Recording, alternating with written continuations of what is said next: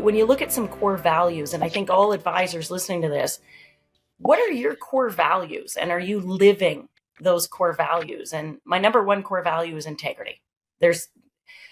And I look at integrity. I mean, it's honesty, it's doing the right thing, but it's doing the right thing even when no one's looking. And to me, that is really, really important. But another core value of mine is, two other values. Do what you said you're going to do, and lead by example. Practice what you preach.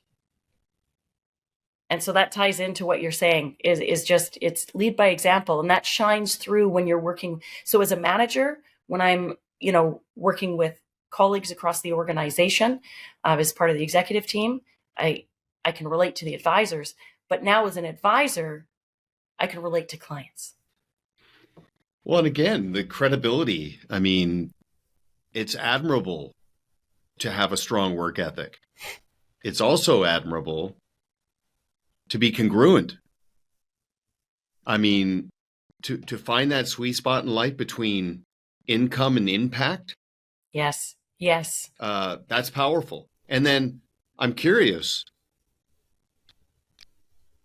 have you ever had to lean on a client respectfully to give them permission to take some time off or go on a vacation and basically say to them, look, you've earned this?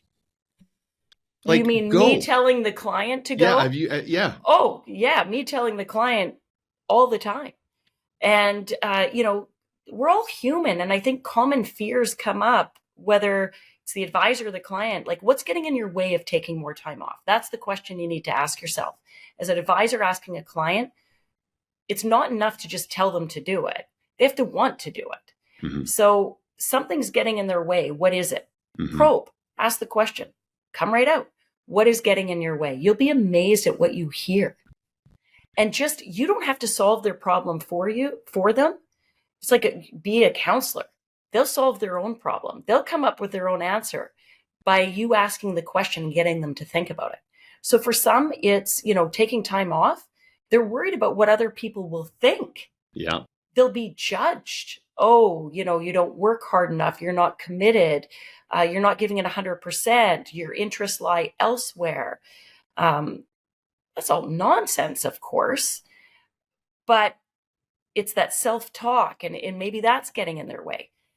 Maybe they're a business owner, and when they go away, they don't have the right people in place to take over.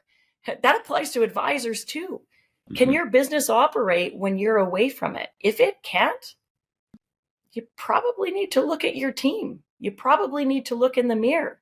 What do you need to do differently to have your business running on autopilot? If you're advising a client, what do they need to do differently? Because if only you can do it and it doesn't run when you're not there, then you haven't done things the right way yet. And is that really true, or is it just your idea? Mm-hmm. If you ask your team, maybe they can run it without you, and you're the one that's just got this wrong idea in your head. But you got to dig a little deeper into it and really find out what's getting in people's way from not taking that time off.